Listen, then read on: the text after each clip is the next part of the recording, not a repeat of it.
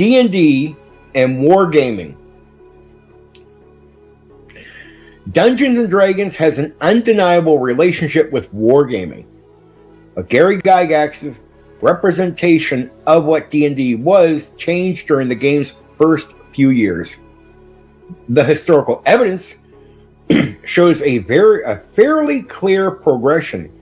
D&D begins inside the wargaming hobby and is explicitly presented as a fantastical medieval wargame campaign.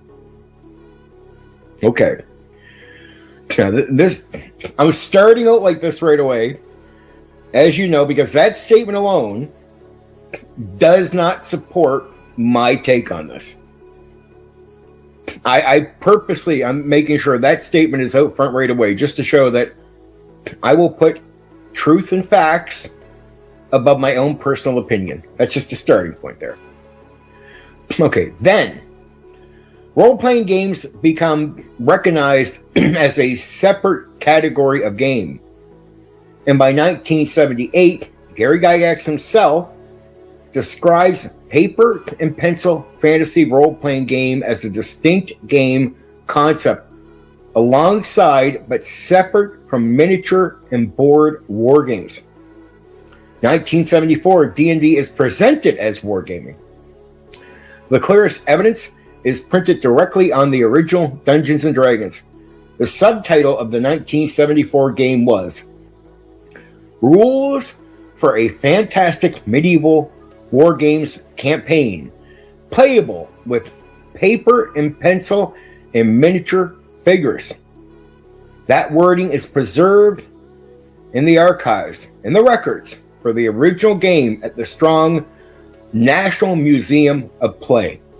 There is nothing ambiguous about the terminology being used. The product describes itself as rules for fantastic medieval war games campaigns.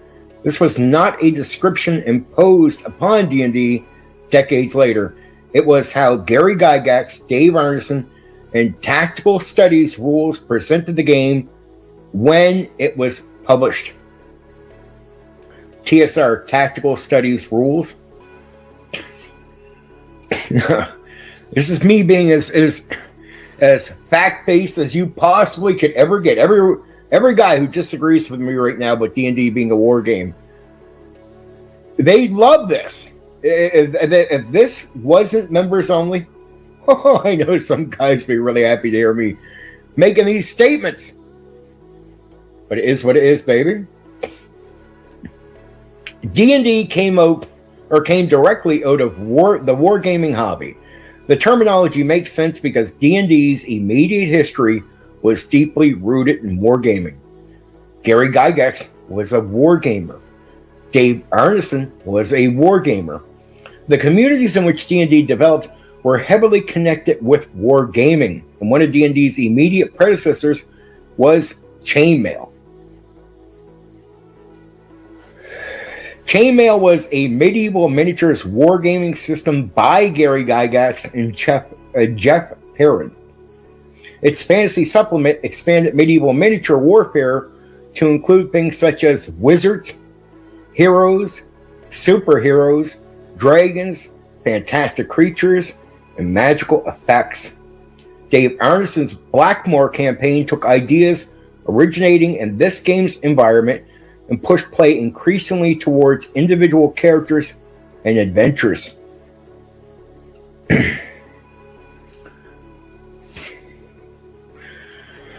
Gygax developed the rules that became Dungeons and Dragons, so historical ancestry is wargaming, medieval miniature wargaming, chainmail fantasy supplement, Blackmore and related experimentation, and then Dungeons and Dragons. D&D did not emerge immediately of wargaming. It emerged from inside of it. 1974 to 1975. The wargaming description continues. The original game's description was not an isolated occurrence. The early Od&d supplements continue using language of additional rules for fantastic medieval war games campaigns, So through the earliest period of OD&D, TSR continued formally presenting D&D using vocabulary of wargaming. The distinction is not that D&D had nothing unusual about it. Clearly it did. Players increasingly controlled individual characters rather than armies. Adventures could continue indefinitely. Campaigns could involve dungeon exploration, wilderness exploration, and character advancement. But the terminology TSR initially used to describe this new form of game still came from the hobby that had produced it, wargaming.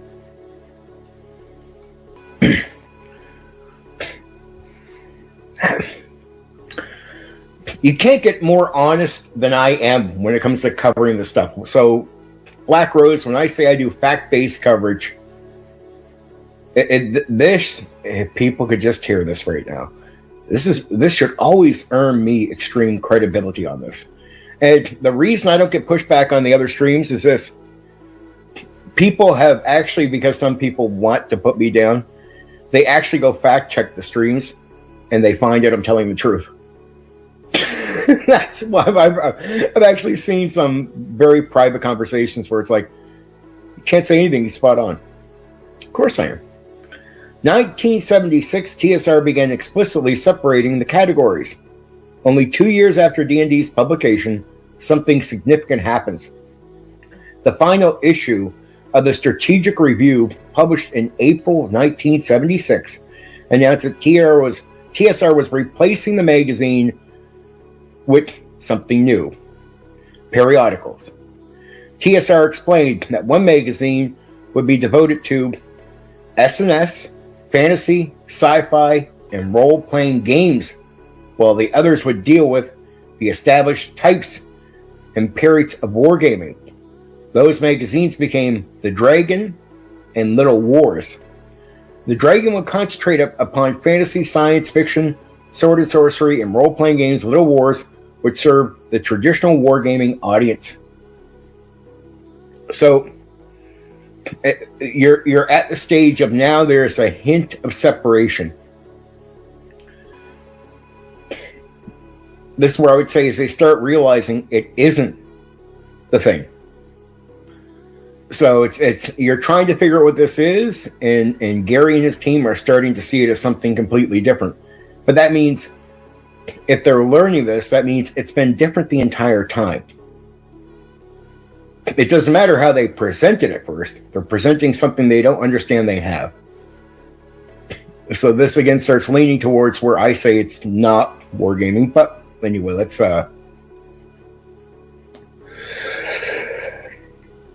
skip back to this. Little Wars, as I said, would serve the traditional wargaming audience. The wording matters because TSR is now explicitly using two different categories: role-playing games and wargaming. This statement appeared in the Strategic Review under editor Tim Kask, so it represents TSR's published position, rather than a statement that should be personally attributed to Gary Gygax's contemporary cataloging. Also identifies Kask in the Cauldron as the editorial announcing the end of the Strategic Review. So it's Tim Kask, but understand it's Tim Kask speaking for the company. That's why you can take what he says in the in that thing as a representation of Gygax's own new position.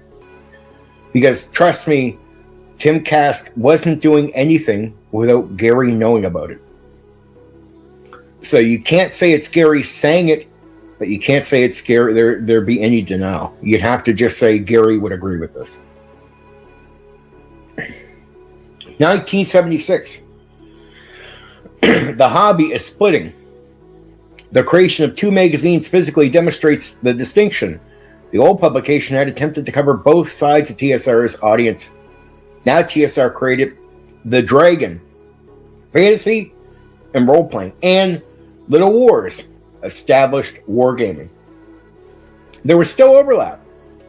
The Dragon could discuss miniatures and board games, while Little Wars wasn't restricted exclusively to miniatures, but the categories themselves had separated D&D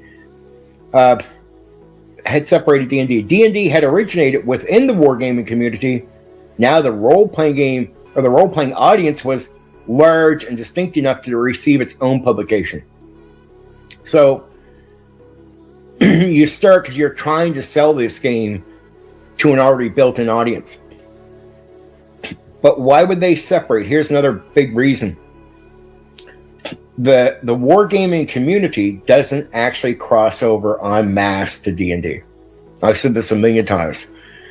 But the reason there's a separation is the majority of the customers that came to D&D were not wargamers. And so now they're so not wargamers doing something that is not directly wargaming, that there's no point in keep calling it wargaming to an audience that doesn't even relate with what you're talking about. Just saying. 1977, Gygax explains D&D's wargaming ancestry. Gary Gygax did not subsequently did not deny where D&D came from. Blah. Quite the opposite. In his writings about D&D's origins, he traced the game's development through the wargaming community, medieval campaigns, chainmail, Dave Arneson's Blackmore experiments, and eventually Dungeons and Dragons. The relationship can therefore be described as an evolution rather than a rejection. D&D had developed from wargaming. That does not require D&D to remain classified as a wargame forever. It can become something different from its ancestor.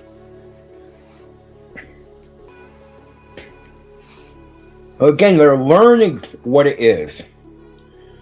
So my argument is, even if they figure out it's not a war game later, what that's still saying is it was never a war game to begin with. But they just don't know this. That's how early in life this was for this hobby and for this game. It's hard for people to now look back and think it that way, but you got to think that as much as we know now, this was so new that there wasn't a lot of these assumed thoughts or lingo or assumptions or anything existing in the minds of the people making this stuff. 1978, Gygax calls the RPG a new game concept. The clearest evidence for Gygax's later position appears in Dragon 16. Published in July 1978, Gary Gygax wrote, "The position of originating the concept of a paper and pencil fantasy role-playing game stood greatly to TSR's credit." So he is now fully on board with saying this is a fantasy role-playing game. Pen and paper fantasy role-playing game.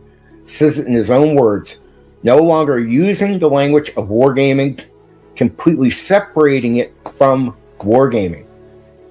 In his words, it placed TSR beside the creators of chess, miniature war games, and board war games. That creates a remarkably clear set of categories. Gygax identifies chess, miniature war games, board games, and paper and pencil fantasy role-playing games as being separate. The fantasy role-playing game is being presented as a game concept in its own right. Gygax isn't claiming TSR merely created a new variety of miniature war game. He says TSR originated the concept of paper and pencil fantasy role-playing games and compares that accomplishment with the creation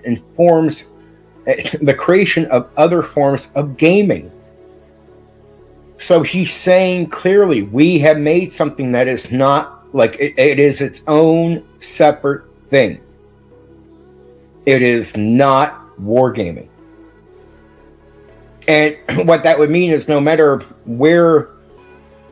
what they were saying when they were trying to figure this out, what he's saying is overall, from the get-go until now, what we created is not wargaming. And he's separating D&D from wargaming and not identifying it as Dungeons and Dragons is wargaming. The change came from 1974 to 1978, so even before 1980. Put the evidence beside itself. 1974, Dungeons and Dragons describes itself as rules for fantastic medieval wargames campaigns. The game is emerging directly from wargaming, the wargaming hobby, and is presented as using wargaming terminology. 1976, TSR announces separate coverage for role-playing games and the established types and periods of wargaming. Role-playing and established wargaming are now being identified as different categories.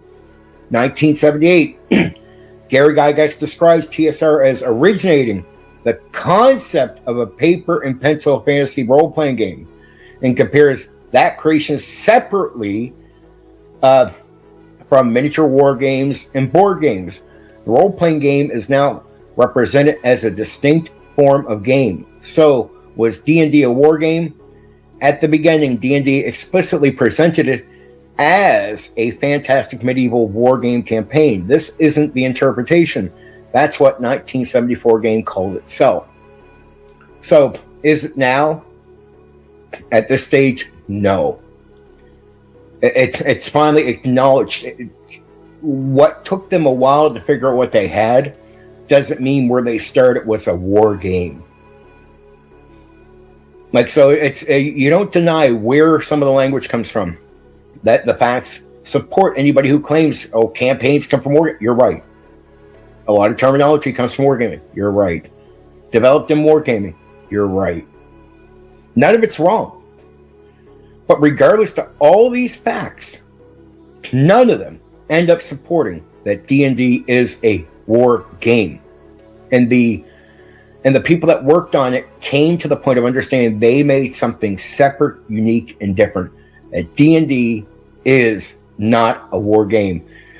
D&D also unquestionably developed from wargaming hobby and inherits ideas, procedures, and assumptions from that hobby. Yep, but the terminology changed remarkably quickly. By 1976, TSR explicitly distinguishing role-playing games from established war games.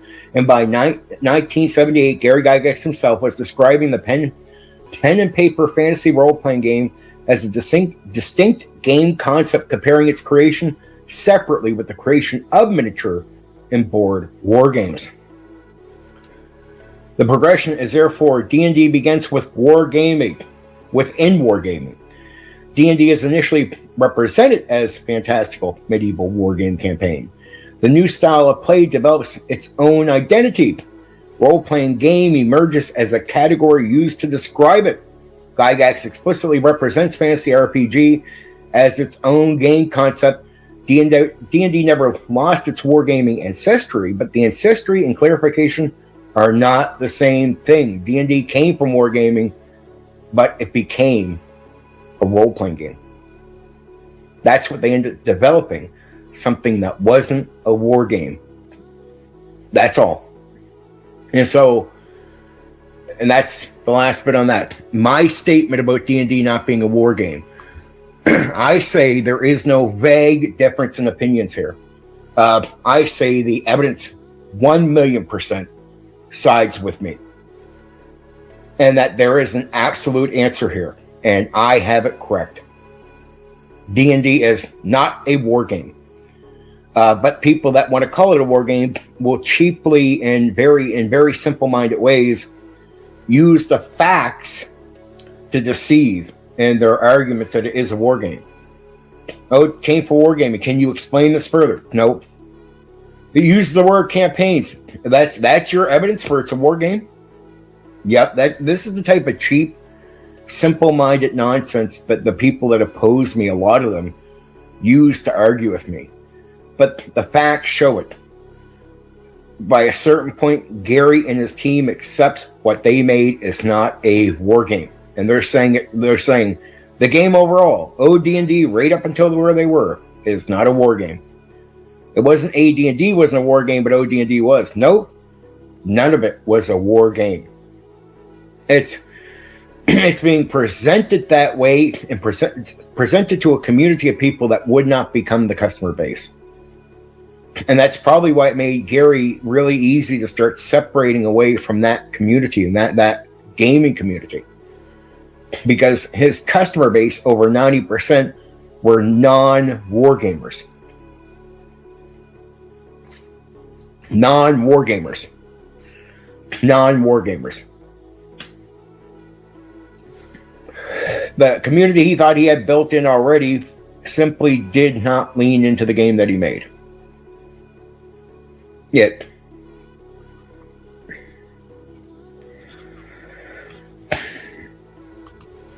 so there, I think that puts a final nail in that coffin there, Black Rose, or anybody else who ever listens to this.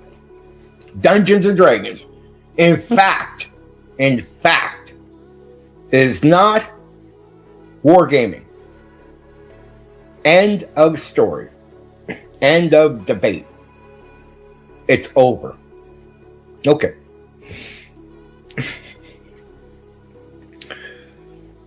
I had to put that one to rest, right?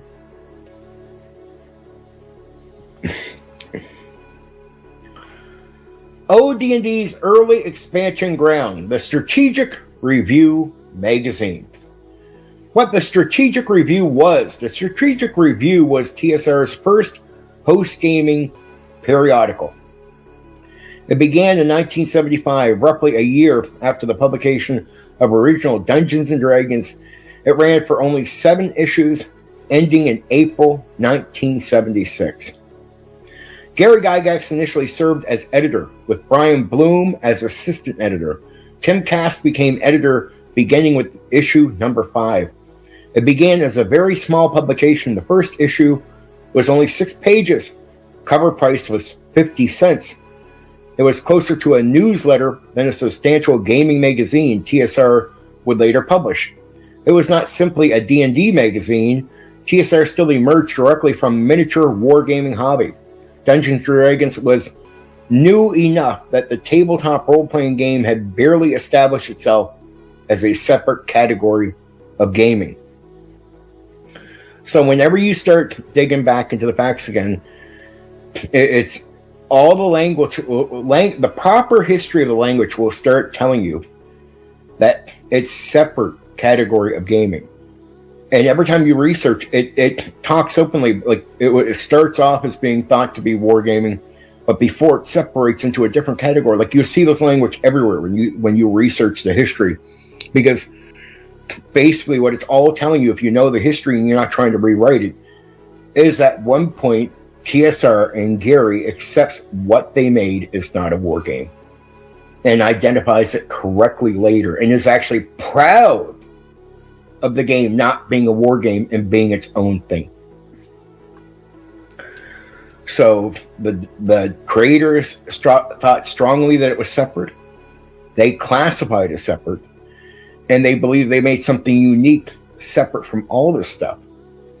The Strategic Review therefore covered a mixture of Dungeons and Dragons, miniature wargaming, TSR products, gaming news, rules additions, rules clarifications and corrections, new monsters and character options, experimental and variant rules, material from designers and contributors. The magazine captures a transitional period when D&D was rapidly developing its own identity outside of traditional wargaming. More than a newsletter, the Strategic Review also became one of the places where new D&D ideas could first appear. Some of those ideas were revised, expanded, reprinted, incorporated into later versions of D&D. Material appearing in the Strategic Review was not necessarily a formal TSR playtest or destined to become part of the permanent D&D rules. The magazine itself provided another publishing channel through which D&D could continue developing between major product releases. This was particularly significant with Od&d because the original game was small, open-ended, and heavily depended upon referee interpretation.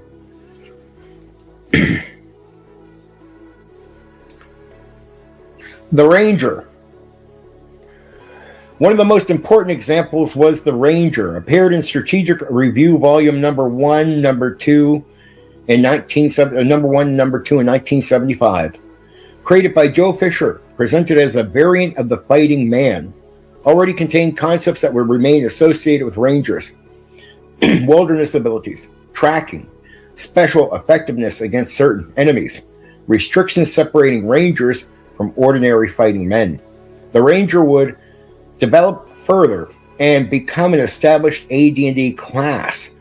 Its origin demonstrates how significant part of the future D&D character class lineup could originate outside the original boxed rules. The Illusionist. The Illusionist appeared in volumes number 1 and number 4, created by Peter Aronson. It offered an alternative type of magic user, specialized in illusion-oriented magic. The concept was developed further. The Illusionist eventually became an established AD&D character class. Once again, a recognizable part of later D&D first reached players through periodical material. The Bard. An early Bard appeared in volume number 2 and even in volume number 1 in 1976, created by Doug Schwegman. This Bard differed considerably from the complicated Bard eventually appearing in the AD&D first edition Player's Handbook. Nevertheless, the concept of the Bard as a D&D player character class was already being developed. The strategic review therefore contributed directly to the expansion of D&D beyond the small number of character options available when Od&d first appeared.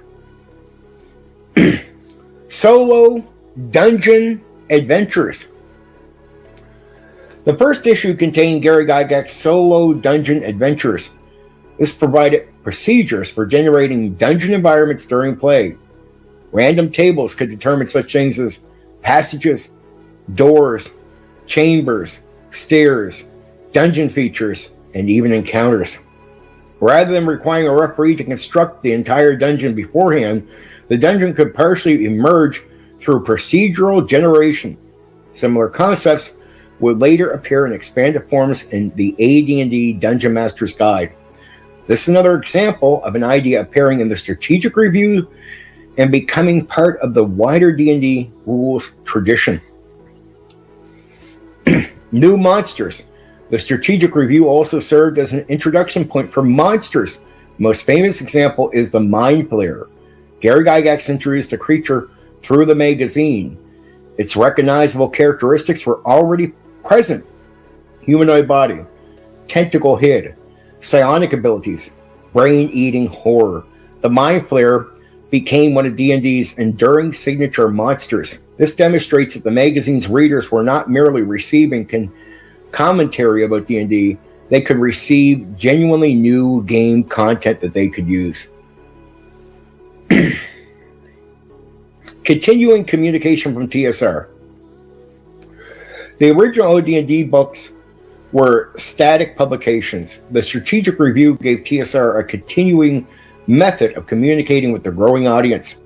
It could be used to announce products, discuss rules, clarify confusing material, correct errors, introduce optional rules, introduce monsters, introduce character classes, discuss gaming practices, promote conventions, advertise TSR products, respond to developments within the hobby. D&D therefore existed as more than simply the material contained within boxed rules and supplements. Why the strategic review ended. Dungeons and Dragons grew extremely quickly. The audience developing around role-playing games became increasingly distinct from TSR's traditional miniature wargaming audience. So this is them. Remember, this is language from them, from TSR people that talk about their history. And this is a lot of it. This is not me, right? This is them. And they are the ones talking about their audience being completely separate from the wargaming audience. Why? Because barely any wargamers crossed over. So when I say this stuff, all the evidence supports my take and statements. I don't talk shit to people. I don't form opinions off, things that aren't true.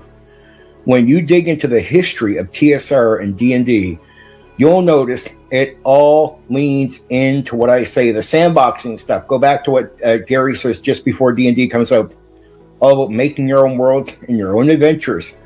Pretty much you're improvising and making it up as you go. He details that out as suggestions for people using the game in the future. When you get to my statements on it not being wargaming, you go and you find all the language keeps supporting all the statements I tell you. Well, only like less than 10% of people from wargaming crossed over. Sure, then you go, look, it seems like the company thinks this. Everybody around the company thinks this. Wargamers themselves say this. The strategic review attempted to serve both communities. TSR eventually replaced it with two publications, Little Wars, primarily aimed at miniature gaming, traditional wargaming, and The Dragon, primarily emphasized fantasy gaming, role-playing games, and Dungeons and Dragons in general. Early Dragon still contains some wargaming and miniature material, so the separation was not absolute. But the division reflected the growing reality that role-playing games had developed an audience large enough to support a dedicated publication separate from wargaming. Why the strategic review matters to Od&d. The entire publication belongs directly to Od&d's formal period, 1974, original D&D. 1975, the strategic review begins. 1975 to 76, classes, monsters, rules, variants continue appearing. By April 1976, final strategic review appears. June 1976, The Dragon begins.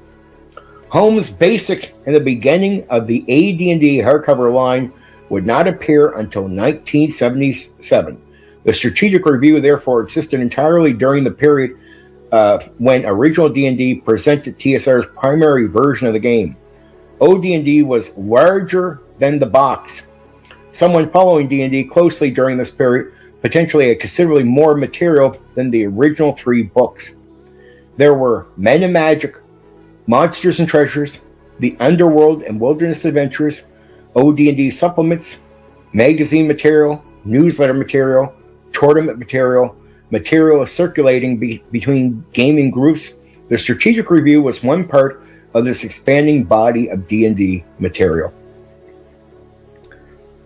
Also explains to you why AD&D was a real attempt to start organizing all this stuff into one package, because it was a mess. It wasn't bad, but it was a mess to be able to play what they would consider the full Od&d with the changes. You'd have to go to this, gather all of these rules up, combine it into one package, and finally you get the end thing that they're talking about. Dragon Magazine, D&D's long-running companion, Birth of the Dragon. The Dragon 1 appeared in June 1976. Editor Tim Kask, length 32 pages, cover price $1.50. Initially published bi-monthly, originally titled The Dragon.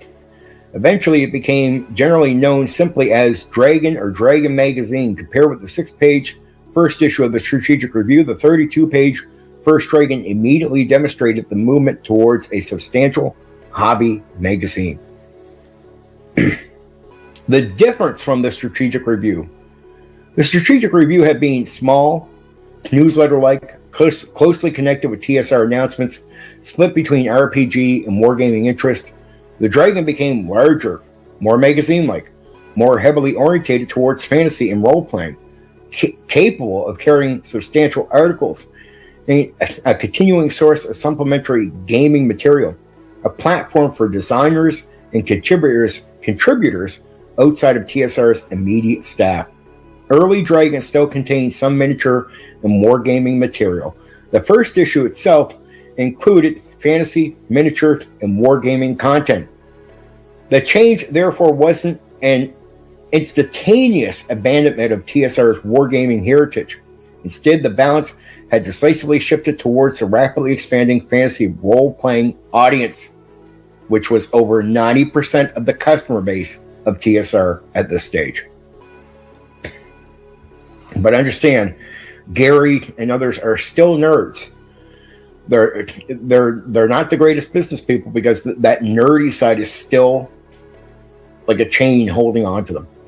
Dragon 1 was already expanding D&D. The first issue contained material such as how to use non-prime requisite character attributes, Magic and science, are they compatible in D&D? Hints for D&D judges, mighty magic, hobbits and thieves and dungeons. Dragon's connections with Od&d was therefore direct rather than merely chronological. Players could purchase the magazine and immediately find additional discussions and material applicable to the game they were playing. Let me say this again. They could immediately find additional discussions. These are the thought processes around the ideas. Some of that stuff is super valuable, even to a DM, not just a game designer. And some of the discussions is what gets lost. Ideas like what leads to the final outcome of the idea is as valuable in many ways as the outcome itself. And when we lost the Dragon magazine, you lose a lot of the discussion and further thought. So when I tell people it's worth going to read this stuff, I can't tell you just how deeply valuable it is, because you cannot just find some of these ideas just commonly floating around.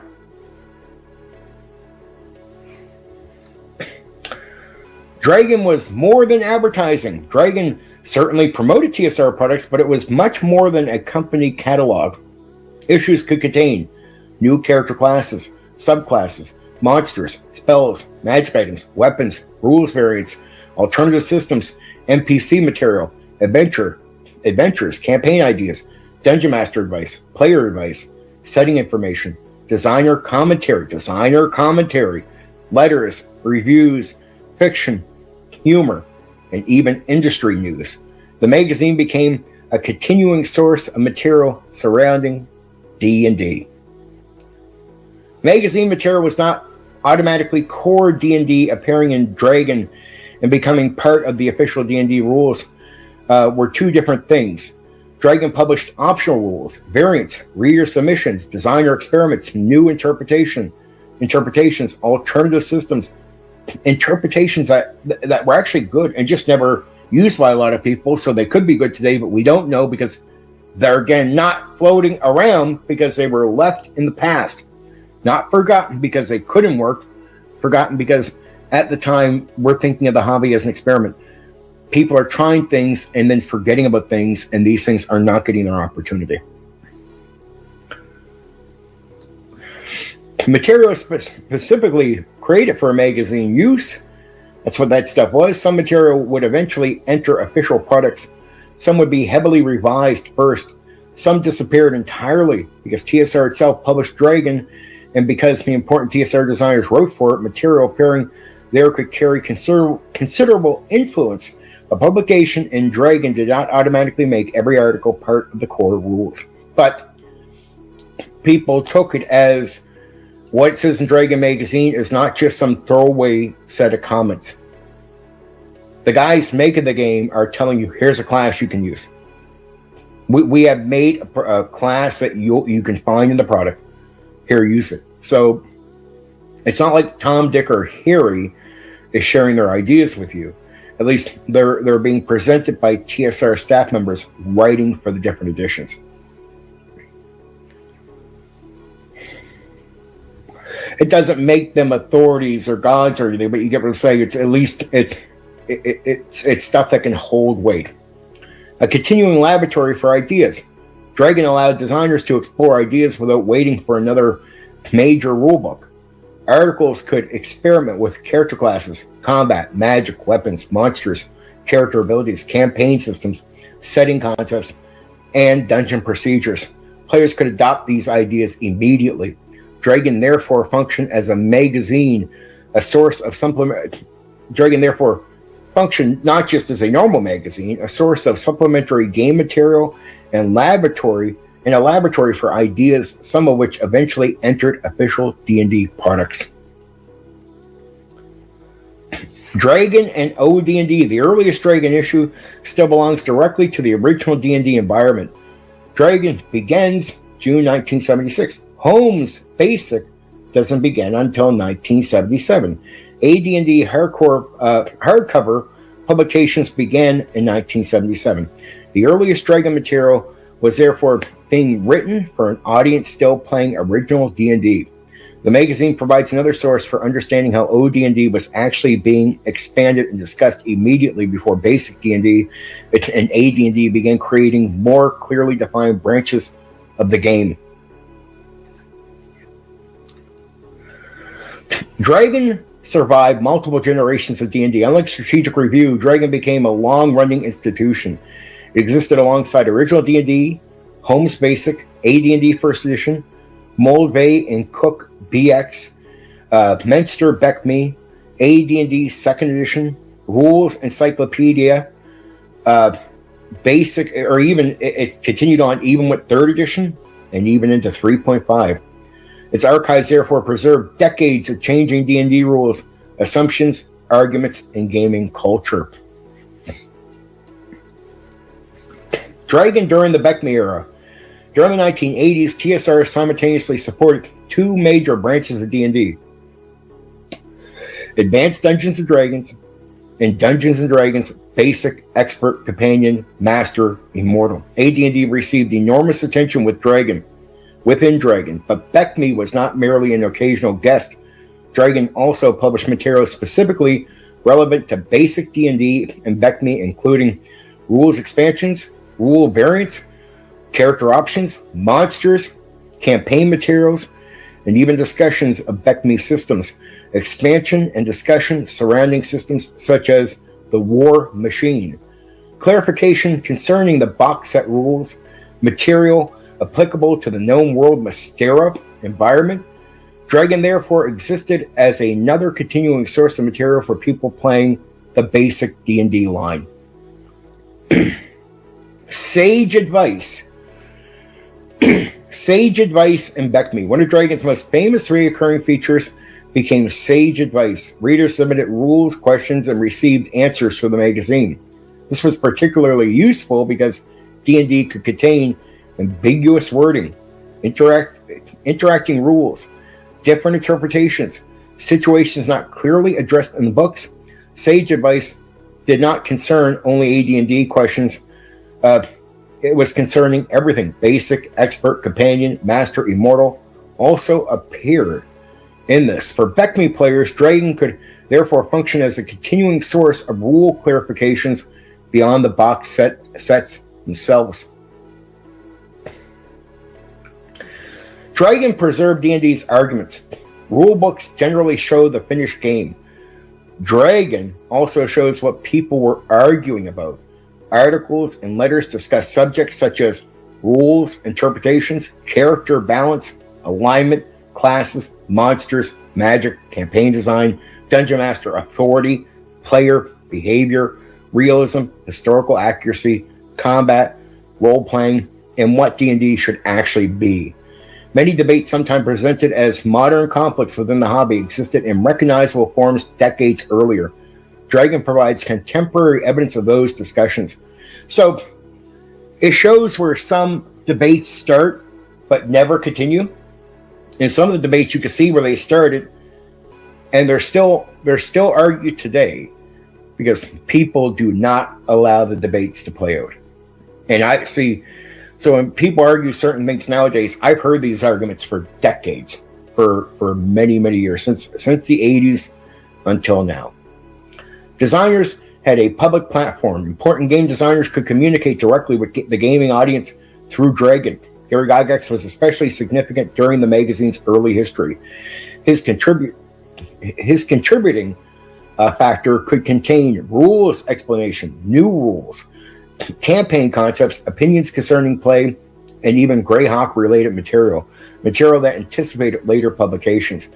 Dragon is particularly valuable when studying the transition from OD&D into AD&D. Ideas could appear in magazine form while AD&D itself was still being developed. The ecology articles. One of Dragon's recognizable traditions became the ecology of articles. These explored monsters as creatures inhabiting worlds or fantasy worlds rather than merely collections of combat statistics. So when you see ecology in 2E, it comes from Dragon.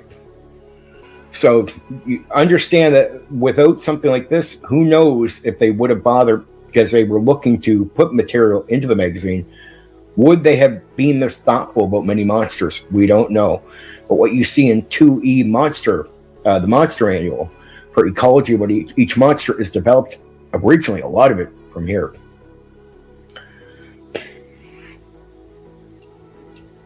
Fiction. Dragon also published fiction. This reflected the close relationship between early role-playing games and the larger fantasy and science fiction fandoms. The audience surrounding D&D was also consuming fantasy novels, sword and sorcery stories, science fiction, comics, war games, fantasy art, and gaming magazines. Dragon existed within the larger fantasy hobby culture. Comic and horror and humor. Dragon also became known for gaming cartoons and comics. Important examples included Wormy, a David Trampier piece. What's New with Phil and Dixie, Phil Foglio. Snarf Quest, Larry Elmore. These features helped turn Dragon into something people could read for entertainment rather than simply mine for additional rules. Dragon as the internet before the internet. For gamers of the period, Dragon performed many functions later handled online.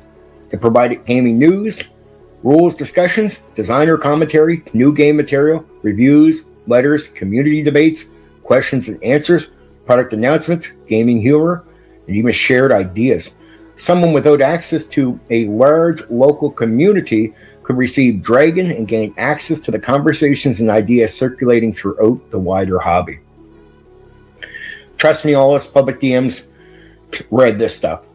Dragon becomes one of the central publications surrounding D&D for decades. The transition from strategic review to Dragon documents something larger than the history of the two magazines. It captures a period when Dungeons and Dragons was helping transform a part of the wargaming community into a distinct tabletop role-playing game hobby.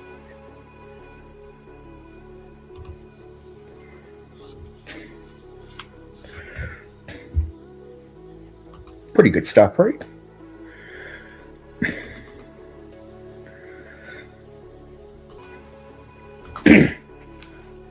Okay, less than an hour in, we got the magazines down. We got the wargaming down. But this is Od&d, so we gotta hit some areas here. The original D&D supplements, the original 1974 Dungeons and Dragons box sets was only the foundation. Between 75 and 76, TSR published 4 numbered supplements. 1 Greyhawk, 1975. 2 Blackmore, 1975 again. 3 Eldritch Wizardry, 1976. In the fourth supplement was Gods, Demigods, and Heroes in 1976. These were genuine rule expansions. Collectively, they added classes, combat systems, spells, monsters, treasures, psionics, artifacts, underwater adventuring, gods, and other material that dramatically expanded what Od&d contained. Taken together, the supplements can produce a substantially different version of Od&d from the original 3 books. Od&d using only the original 3 booklets is not the same game experience as Od&d using the original books plus all 4 supplements. Supplement 1, Greyhawk. Published in 1975, as I said, written by Gary Gygax and Robert Kuntz. First numbered supplement for the original D&Ds. Despite its title, it is not primarily a Greyhawk campaign setting book. It's principally a major expansion of D&D rules. The Thief. One of Greyhawk's biggest additions was The Thief.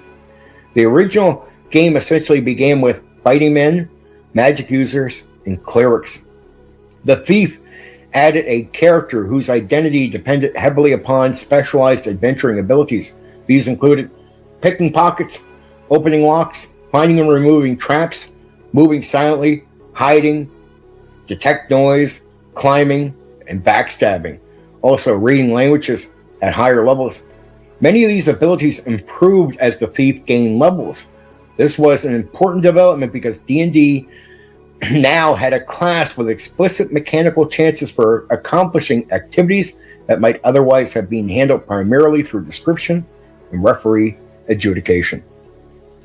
The Paladin. Greyhawk also introduced the Paladin as a special fighting man option. The foundation of the familiar Paladin were already visible. High attribute requirements, strict behavioral expectations, special defenses, healing abilities, disease-related powers, and restrictions upon possession.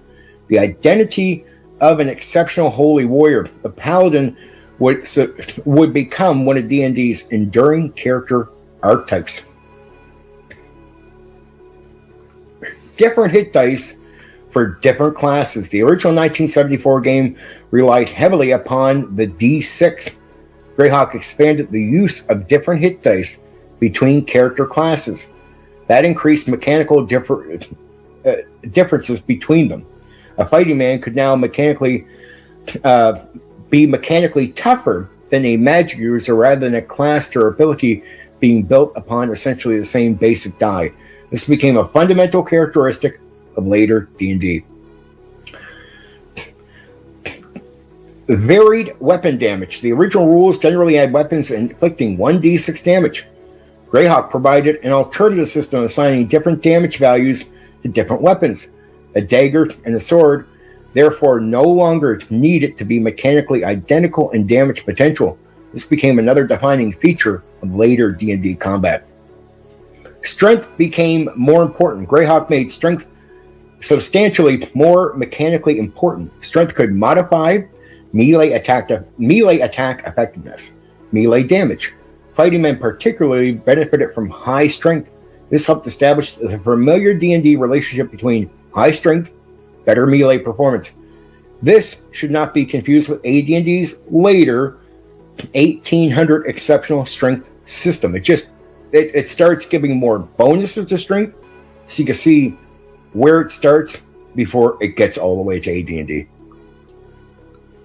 Dexterity and Constitution expanded. Other ability scores also became more mechanically active. Dexterity gained increased importance in areas such as missile combat and thief abilities. Constitution became more directly important to character durability and survival. The overall direction was significant. Ability scores were becoming more directly connected to what characters could mechanically accomplish. Expanded magic. Greyhawk substantially expanded the available spells for magic users and clerics. Spellcasters gained many more possibilities as they advanced. This helped build the much larger D&D magical tradition that would become familiar in later editions. Expanded monsters. The monster catalog also grew considerably. This wasn't simply a handful of extra opponents Od&d, because Od&d was rapidly acquiring enormous bestiary that would eventually become one of D&D's defining characteristics. Expanded treasure. Greyhawk added substantial magical treasure, including additional weapons, armor, potions, scrolls, rings, wands, miscellaneous magic items. Dungeon treasure became much more varied. Greyhawk changed the feel of Od&d. Greyhawk substantially changed the feel of Od&d. 3 books Od&d is extremely sparse by later D&D standards. Add Greyhawk, and the game begins looking considerably more familiar. Thieves exist, paladins exist, weapons can cause different damage, classes have more differences between hit dice, ability scores have stronger mechanical effects, spell lists are larger, monster lists are larger, magic treasure is more extensive. A great deal of what eventually came to be regarded simply as how D&D works was being developed after the original game had already been published. Supplement number 2, Blackmore. As I said, published in 1975, written by Dave Arneson. Named after Arneson's pioneering Blackmore campaign, despite the title, Blackmore is not really a Blackmore campaign setting book. It adds rules, monsters, treasures, classes, and adventure material. Outside the Temple of the Frog, it provides very little actual information about the Blackmore setting. A much fuller published treatment of Arneson's campaign followed in Judges Guild in the First Fantasy campaign in 1977. In this book, you'll find the assassin. Blackmore introduced the Assassin. This expanded D&D's growing collection of specialized character types. The Assassin's identity revolved around activities such as assassination, disguise, espionage, poison, and infiltration. The class became part of AD&D's first edition. The Monk. Blackmore also introduced the Monk. This was a particularly unusual addition to D&D. Its abilities included concepts surrounding martial arts, unarmed combat, increasing movement, special attacks, special defense, additional extraordinary abilities gained through advancement. The original monk was actually presented within the developing cleric subclass structure, despite being mechanically and thematically very different from the standard cleric. The monk demonstrated how quickly D&D was expanding beyond conventional medieval European warrior, priest, and wizard archetypes. Hit locations. Blackmore introduced an optional hit location system. Instead of treating all damage simply as subtraction from one general hit point total, attacks could be associated with particular portions of the body. This was considerably more detailed than ordinary Od&d combat. It also demonstrates how unsettled early D&D still was. Even fundamental questions such as how physical damage should be modeled were open to alternative systems. So it's again showing you that if you understood the original stuff, you could change the most core rule. That's when I say that Gary really believed that once you mastered the rules, you were as capable of making changes as any of the people he had working on his staff. He really believed that. That's why he said a DM can change the most core thing, and that a DM at that point should be able to trust themselves to maintain a feel and stay within the structure even with core changes. Underwater adventuring. A substantial part of Blackmore's expanded D&D into underwater adventures. Rules address the problems created by adventuring beneath the surface, including considerations surrounding movement, combat, weapons, encounters, aquatic environments, underwater creatures. D&D was expanding beyond its two obvious original adventure spaces, dungeons and wilderness. Aquatic monsters supporting underwater adventures require creatures capable of inhabiting them. Blackmore therefore substantially expanded the game's aquatic opposition. This illustrates a pattern that would become common through D&D. New environment, new rules, new monsters, new adventure possibilities. The Temple of the Frog. Blackmore contains the Temple of the Frog. Its historical importance is enormous. It is generally recognized as the first published adventure scenario for tabletop role-playing game. That predates the familiar TSR adventure module format. So, Temple of the Frog is your first module. At this point, an adventure wasn't even necessarily being sold as its own product. It was included inside a rules supplement. Again, they don't know what they have. They don't know these things. Remember, it's all experimenting. They don't know these things are going to sell the way they do later. And that's they hang their hat on them at one point. This is before they know. It's so interesting to find this stuff out. But anyway. Blackmore science fantasy. The Temple of the Frog also helped demonstrate that early D&D wasn't confined to pure pseudo-medieval fantasy. Arson's Blackmore mixed fantasy with technological and science fiction concepts. Advanced technology could coexist with magic, monsters, medieval societies, dungeons, and supernatural threats. The later tendency to treat fantasy and science fiction as things that D&D must carefully keep separated doesn't accurately represent some of the game's earliest material. Supplement number 3, Eldritch Wizardry, came out in 1976, written by Gary Gygax and Brian Bloom. 60 pages it was. Its major addition included the Druid, psionics, demons, artifacts, and additional magical material. The Druid, Eldritch Wizardry, introduced the Druid as a player character option, specifically developing its cleric subclass. The Druid provided a magical identity distinct from the standard cleric. Its themes centered upon nature, wilderness, distinctive magical powers, different restrictions, and its own advancement structure. The druid became one of D&D's major recurring classes. Psionics. One of Eldritch Wizardry's largest additions was psionics. Characters could potentially possess mental powers independent of ordinary spellcasting. The system introduced concepts including psionic strength, psionic abilities, attack modes, defense modes, psionic combat, psychic disciplines. D&D therefore gained another supernatural system alongside conventional magic. Psionic monsters. Psionics weren't limited to player characters. Monsters could also possess psionic abilities and participate in psionic combat. The Mind Flayer, previously introduced in the Strategic Review, became part of this expanding psionic environment. The Mind Flayer itself had not originated in Eldritch Wizardry. It had previously appeared in the Strategic Review, while a supplement helped integrate it into the larger psionic system. Demons. Eldritch Wizardry brought major demonic entities into the game. Among the most famous were Orcus, Demogorgon. These would become enduring names within D&D, or the Demogorgon, whatever you want to call it. The game's supernatural opposition was expanding far beyond conventional dungeon monsters. Artifacts and relics. Another enormous addition was artifacts and relics. These represented magical objects far beyond ordinary treasure.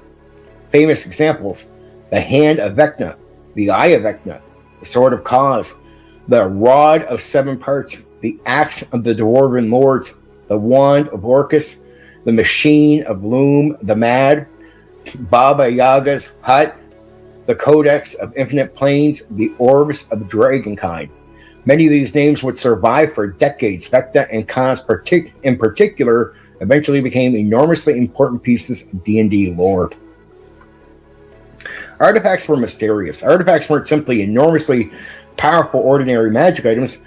Their abilities could involve major powers, minor powers, side effects, drawbacks, and dangerous consequences. Their precise capabilities could involve referee determination and tables.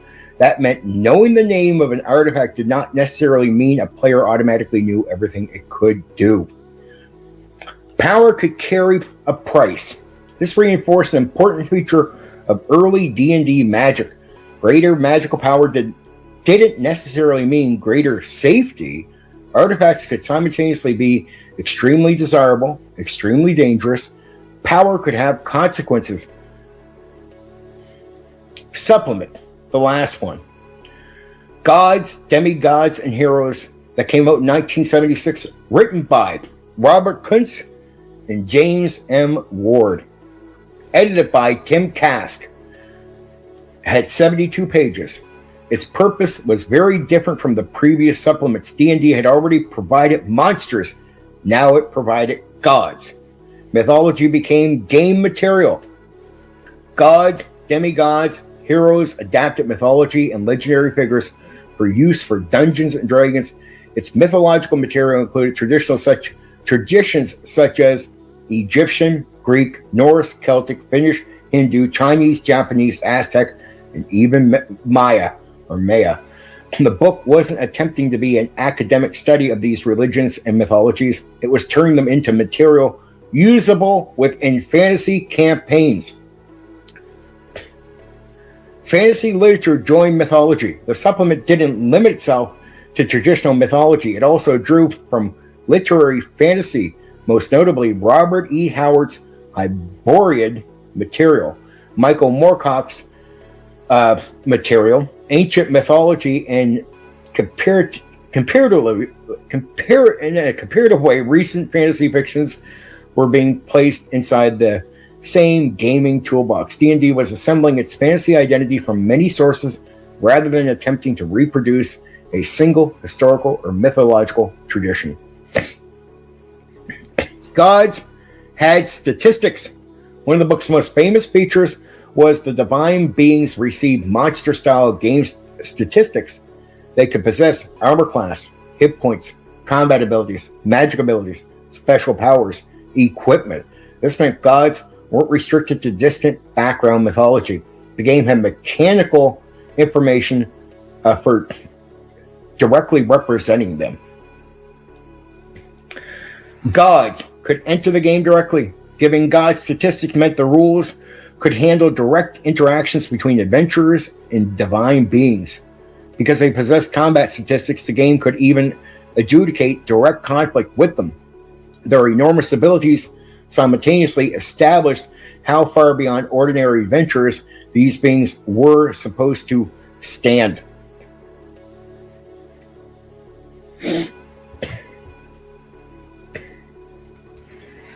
Connections to the deities and demigods. The ideas continued beyond Od&d. In 1980, TSR published Deities and Demigods for AD&D.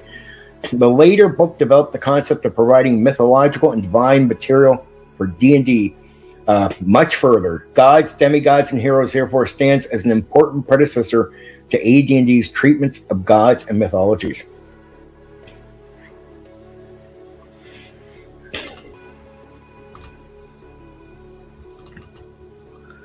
Okay, I'm going to cover these, but I want to show you them in order. So let's see if I can get them all open here separate. I think I can. So we should be able to do one at a time. Let's go with the first one. Let's go with the first one, baby. Everyone should know this one.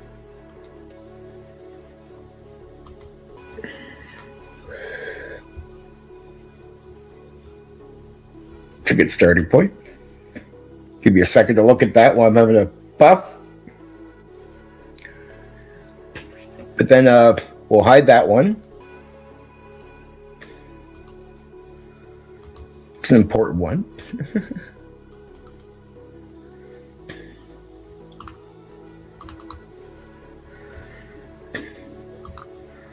Then I'll show you this one. I just want to show these off because I remember seeing these when I was young. And they were so cool. They were so cool. So that's like the expert. Just such great things. I remember seeing these and just going, I want every single one. The covers look so fucking awesome.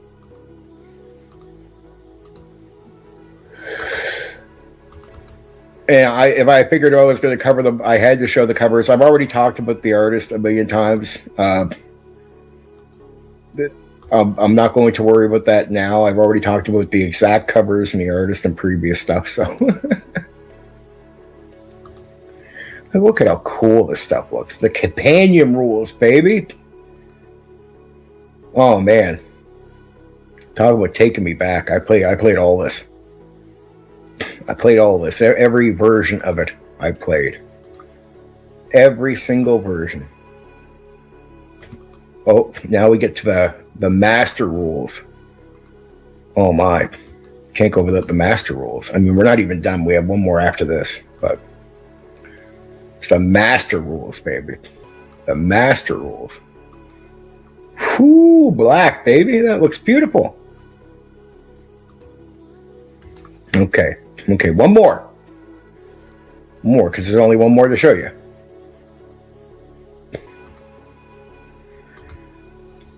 The Immortal set is here. Is here. Tell me that doesn't make you just nerd the fuck out. Like, you get each one of them in a box set. They come in these different colors. They look fucking awesome. Every one of them is packed with awesomeness. Like, I think it's from like levels 1 to 37 in totality. Right, and this stuff leans into Mystera. Mystera is made to really support this. It is absolutely fucking brilliant. Absolutely fucking brilliant. I'll leave that up for a minute. I'm gonna finish this before I move on to this stuff. But this is worth knowing about. This is worth knowing about. We're almost at the end, baby. We're almost at the end. We're almost at the end.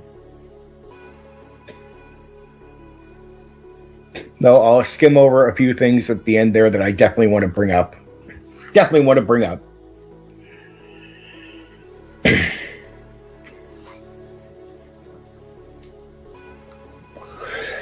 I'm glad Bill is a member, so even if Bill's not around now, because I just know he'll appreciate this BECMI stuff and some of the stuff we're going to cover going forward. I know Black Rose, I know you appreciate it. I don't know about most of the others. I think AJ Pickett will enjoy this if he watches it.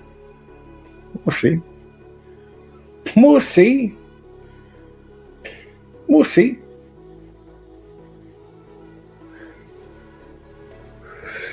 Okay, let's get into it.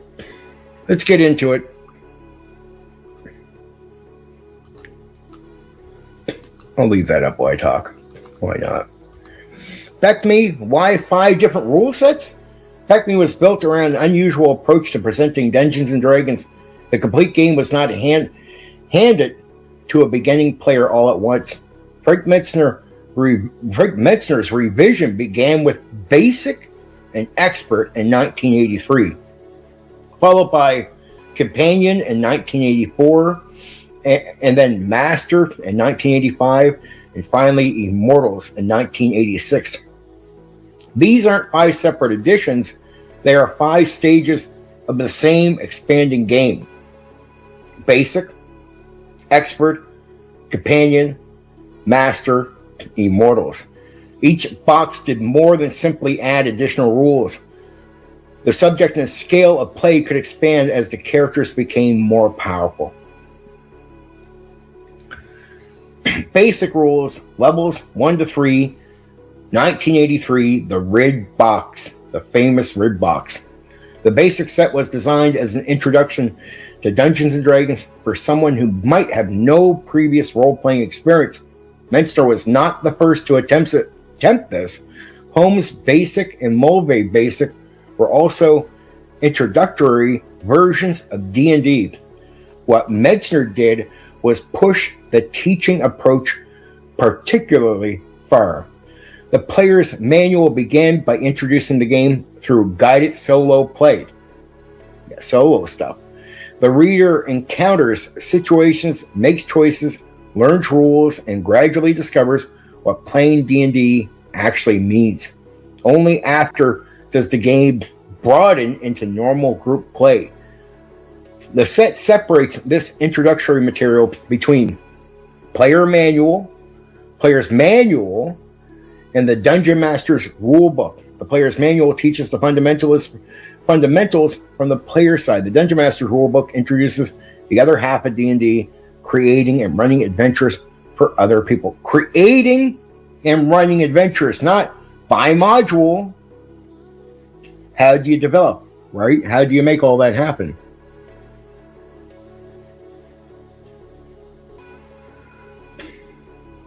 Expert rules, levels 4 to 14. 1983, the Blue Box. Basic introduces adventuring. Expert opens the world. The Expert set extends character advancement through levels 4 to 14, but increased levels are only part of its purpose. What Expert expands, the game moves much more strongly into wilderness exploration, overland movement, wilderness encounters, sea travel, ships, expanded monsters, expanded treasures, additional spells, hirelings and retainers, strongholds, broader campaign play. The characters aren't restricted to exploring a dungeon and returning to a nearby settlement. They can travel, and therefore the DM increasingly needs a world. The Gnome World. Metzner Expert did not create the Gnome World. The Gnome World framework had already appeared with earlier Cook Marsh Expert material, particularly X1, the Isle of Dread in 1981. The 1983 Metzner Expert set inherited and continued developing it. Its known world map was based heavily upon the earlier version while adding locations and other details. The world would continue expanding throughout the D&D basic D&D line and eventually receive the name Mystera. This is sandbox building of a setting, piece by piece through their gameplay as designers intending to create this stuff. So as they're game testing, they're building a setting piece by piece through improvised adventures. Everything I've explained to you about sandbox adventuring and making your own setting, they are directly doing. Expert scale. Basic asks, what's inside that dungeon? Expert increasingly asks, what's beyond the horizon? Companion rules. Levels 15 to 25. 1984, the teal box. Companion represents one of the biggest changes in BECMI. Characters advance through levels 15 to 25. By this point, characters can be major figures within the campaign world. BECMI therefore introduces systems appropriate that increased importance rather than merely providing stronger monsters. Note how the designers casually think you're playing higher level gaming.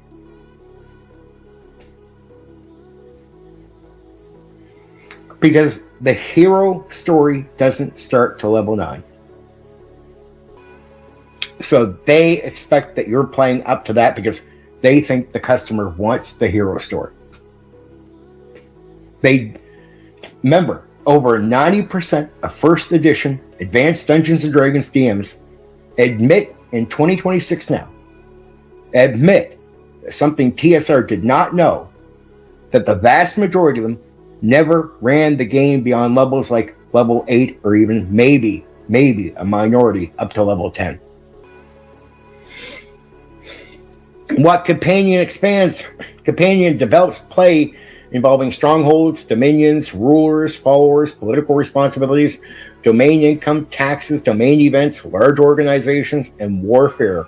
The character can now have responsibility for territory and the people living within it. Adventuring doesn't disappear. Instead, another level of play placed above ordinary adventuring. Again, these concepts lead to a setting like Birthright. The War Machine. One of Companion's major additions is the War Machine. Instead of individually resolving the actions of hundreds of thousands of combatants, the system provides an abstract method to resolving battles between military forces. This is an example that they accept that war can be part of a story, and they want to deal with war.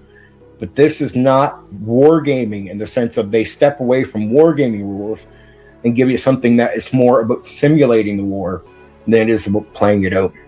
That fits the new scale perfectly. At basics levels, characters might fight a group of enemy soldiers. At companion levels, those same characters might be responsible for an army fighting them. Companion scale: basic, adventure, expert, explorer, companion, ruler.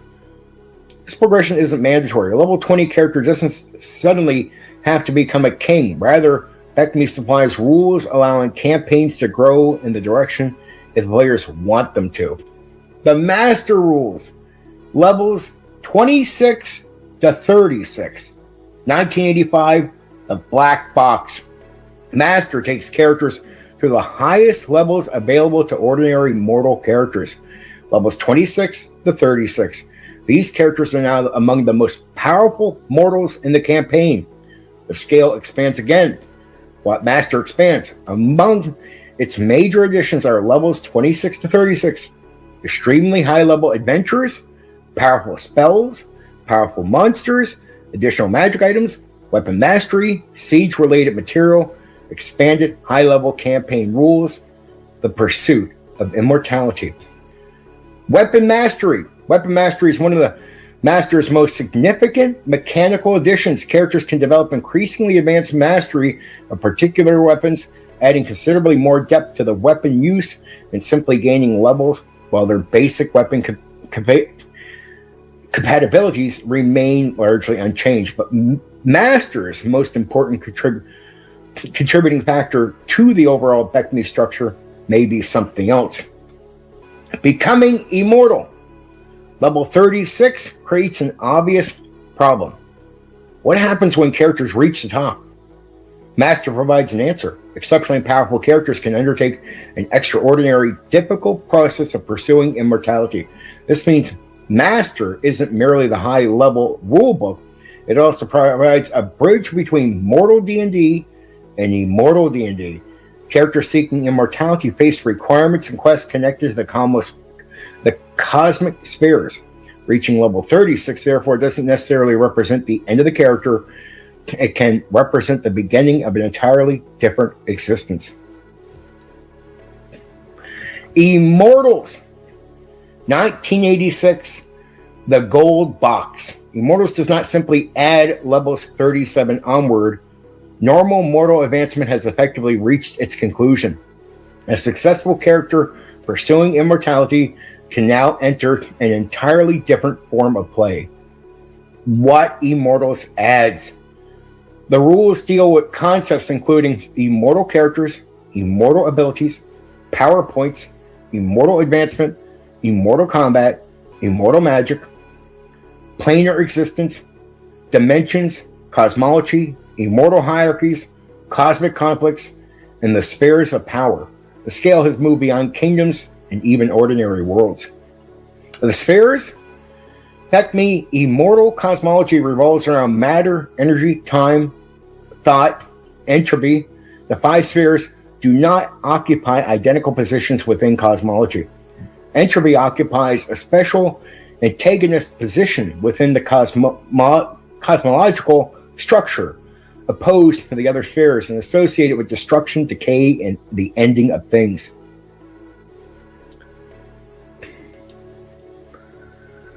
So, I'll finish by saying this.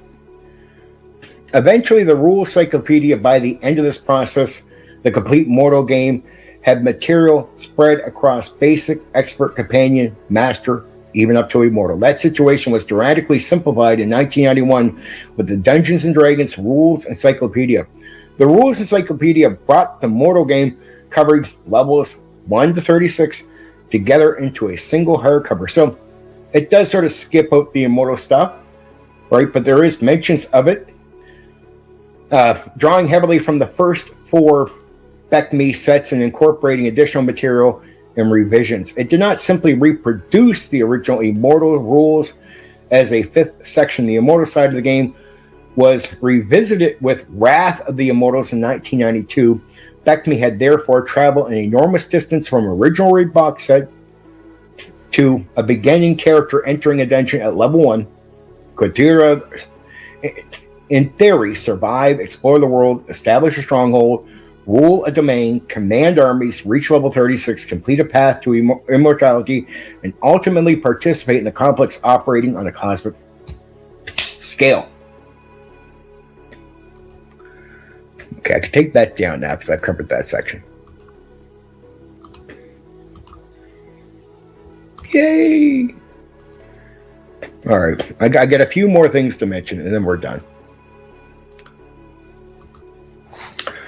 BECMI and the later basic D&D Mysterio line. AC1, The Shady Dragon Inn. The Shady Dragon Inn was published by TSR in 1983. The same year, Frank revised basic set and began the BECMI series. Product code, AC1, written by Carl Smith.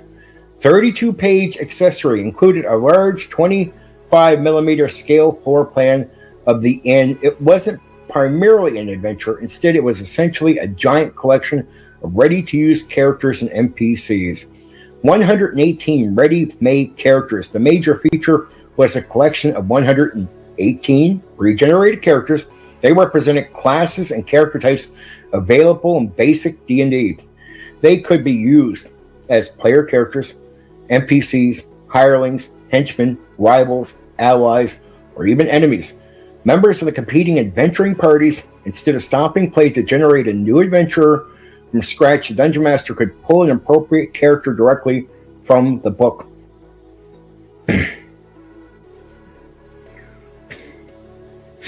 Adventuring parties. Many characters were organized into complete adventuring parties that allowed entire rivals or ally groups to be inserted into a campaign. A party encountered in one adventure could potentially become reoccurring competitors, allies, enemies, source of information, future player characters maybe. This reinforced the idea that player characters weren't necessarily the only adventurers operating in the world. The inn. The Shady Dragon itself provided a location where these characters could plausibly gather. The accessory included a large floor plan of the establishment. The inn could therefore function as a meeting place, adventurer headquarters, a source of rumors, a recruitment location, a recurring campaign location. Instead of merely supplying 118 disconnected characters, TSR provided a location capable of tying them together. This is why the inn or taverns becomes such a common place to start the game and a place for people to return. Like it becomes a really easy place to start and a really easy place to somewhat set some type of base to return to if you don't got an organized place of your own. You can at least go back to an inn. And so the Dragon Inn is really important. The D&D toy line characters.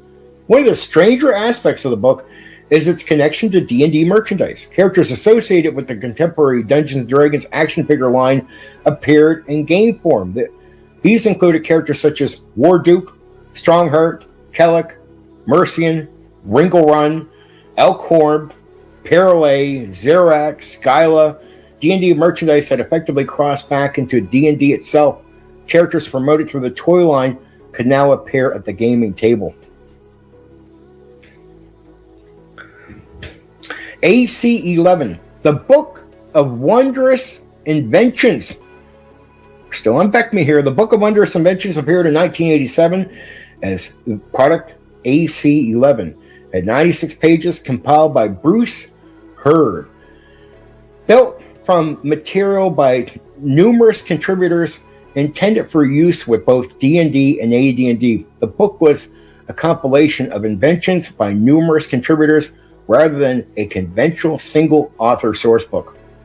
Fantasy technology. A central idea was to ask, what if magic were used to reproduce technology instead of limiting magic to swords, potions, rings, wands, and armor? The book presented elaborate magical devices. Many were fantasy equivalents of recognizable modern inventions.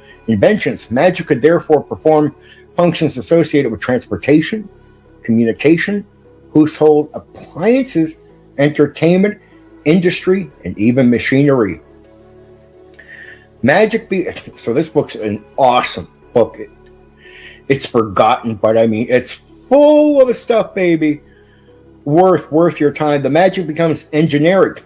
This changes the implication of magic. The wizard doesn't necessarily have to cast a spell every time someone wants a magical effect. Someone could potentially construct a device that repeatedly accomplishes a particular function. That moves magic towards something resembling technology or engineering, even power. Like, energy, electricity. A fantasy society could therefore develop a magical business, magical transportation, magical communications, magical convenience, and even magical machinery. It is frequently funny. Humor is a major component. Some inventions are ridiculous.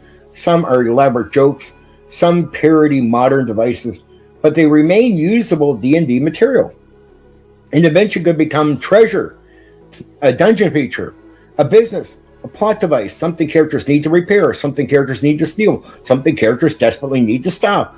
Where the Book of Wondrous Inventions matters, it demonstrates how broad the tonal range of basic D&D could become. BECMI could support traditional fantasy adventuring, but it could also support a world containing bizarre magical machinery. Magic didn't have to remain a mysterious ritual and an ancient treasure. It could become infrastructure. The Hollow World.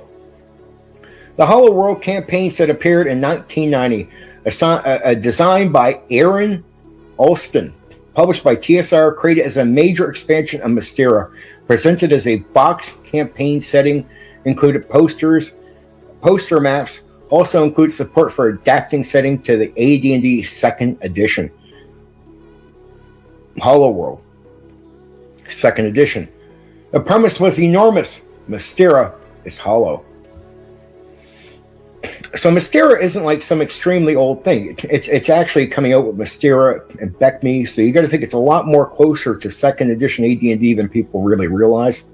Because if you don't know the order of how D&D came out, a lot of people, when I mention BECMI, they assume BECMI is before AD&D 1E. No. BECMI is after. That confuses a lot of people. right? Because it's a little bit going backwards, but just to tell you that TSR sometimes would treat editions completely separate from each other. A world inside the world. Beneath Mystera's surface lies an enormous inhabited interior. The inside of the planet contains continents, oceans, civilizations, wilderness, monsters, and an entire ecosystem. An eternal sun provides continuous illumination. This isn't simply another underground kingdom. It's effectively another campaign world located inside of Mysteria itself. A living museum. The central concept of Hollow World is that immortals have preserved cultures threatened with disappearance on Mysteria's surface. When civilizations vanish or are destroyed outside, examples of those people can survive inside the Hollow World. The setting therefore functions as a gigantic living museum of lost civilizations. Cultures representing very different periods of Mysteria's history can exist alongside one another. The spell of preservation. Cultures normally change. People exchange ideas. Technology spreads. Societies evolve. The Hollow World resists that process through a spell of preservation. Powerful immortal magic helps maintain the culture's place within the Hollow World. This provides an in-world explanation for why ancient societies can remain recognizably ancient instead of rapidly assimilating into neighboring civilizations.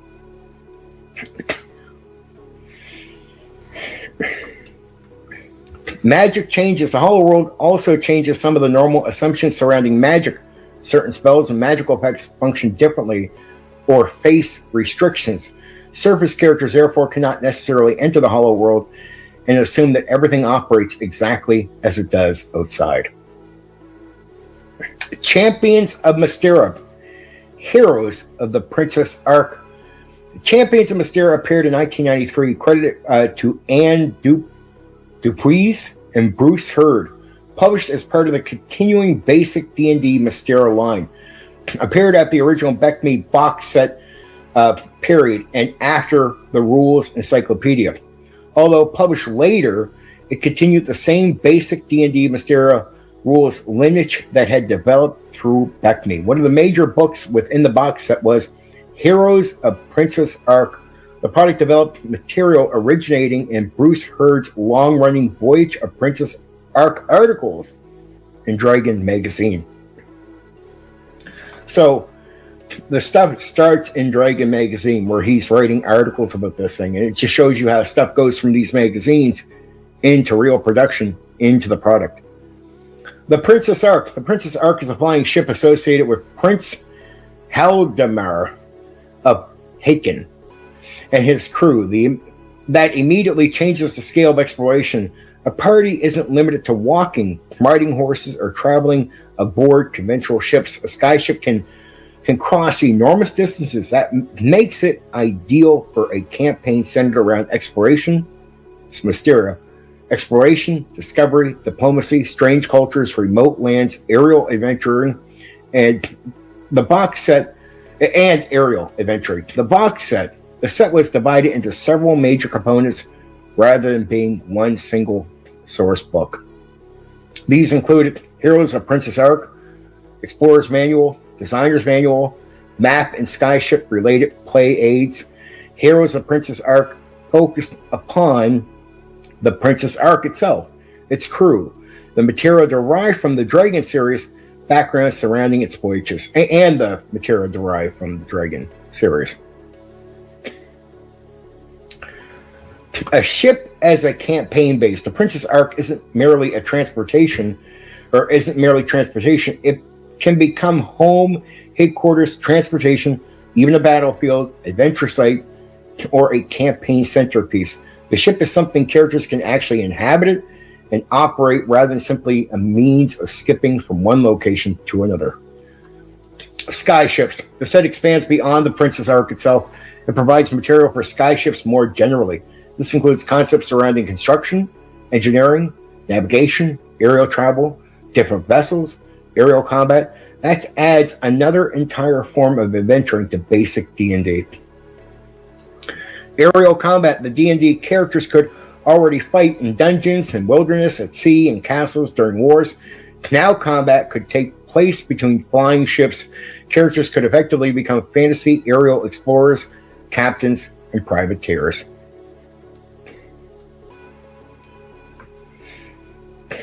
Okay, last bit that we're covering for the entire stream.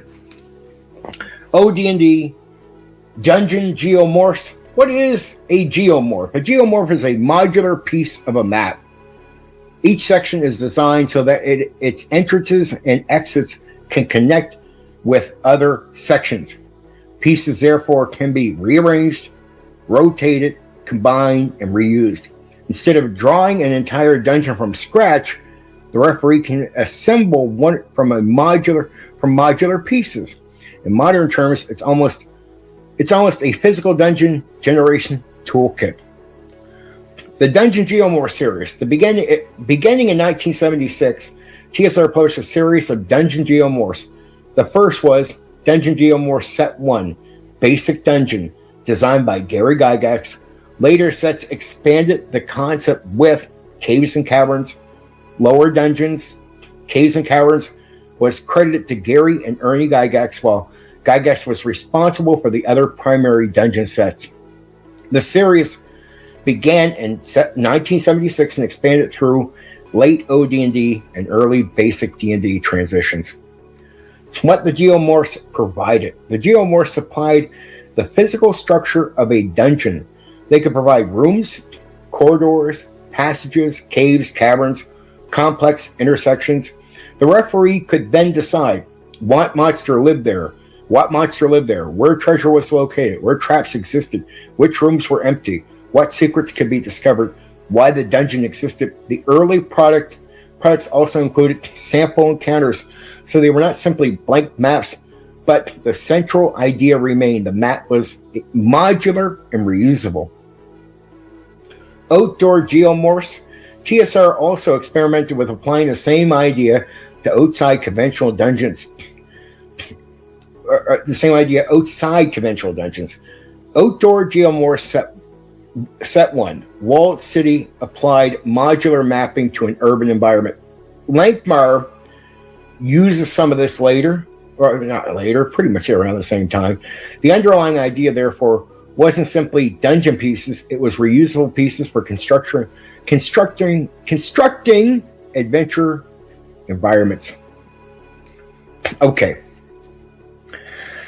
I said I would cover this, and I'm not going to leave it be. Swords and Spells. Swords and Spells appears in 1976, written by Gary Gygax, published by TSR. It was a 48 digest-sized pages. It had 48 digest-sized pages. Illustrated by David C. Sutherland III. It occupies an unusual position in original D&D. It is sometimes informally called Supplement 5, but TSR did not officially publish it as a supplement. Returning to D&D's wargaming roots. D&D emerged partly from miniature wargaming and chainmail, but D&D rapidly developed into a game centered around individual characters. Swords and Spells turns attention back toward mass combat. It provides a system intended to allow D&D creatures, characters, and abilities to operate on the battlefield. Or it provides a system intended to allow D&D creatures, characters, and abilities to operate on the battlefield. Let me just clarify if I didn't clarify that enough. Why mass combat can matter in these games. At low level, D&D characters might be concerned about 6 orcs in a dungeon. At high level, those same characters can acquire strongholds. This is birthright. Stronghold, followers, territories, political authority, armies. Eventually the question becomes, what happens when hundreds of people fight? Resolving every soldier as an individual D&D combatant would become painfully slow. Mass combat rules provide another scale. Now, you can understand, these are rules that are going to look at simulating mass combat, not recreating a war game. Armies instead of adventuring parties. Normal D&D combat deals with individual characters, individual monsters, small groups. Swords and Spells deals with units, armies, large formations, mass monsters, battlefield magic, powerful fantasy creatures operating within battles. The chainmail connection. Sword and Spells is particularly interesting because of D&D's relationship with chainmail. Od&d had referenced chainmail, but D&D had increasingly developed its own combat procedures. Sword and Spells represents another attempt to solve the mass combat problem using a system specifically connected to D&D's developing statistics and assumptions. It should therefore not be treated as proof that ordinary OD&D combat required chainmail. It didn't. Remember, it was always optional. Instead, it shows D&D return to large-scale warfare from which part of the game had originally emerged.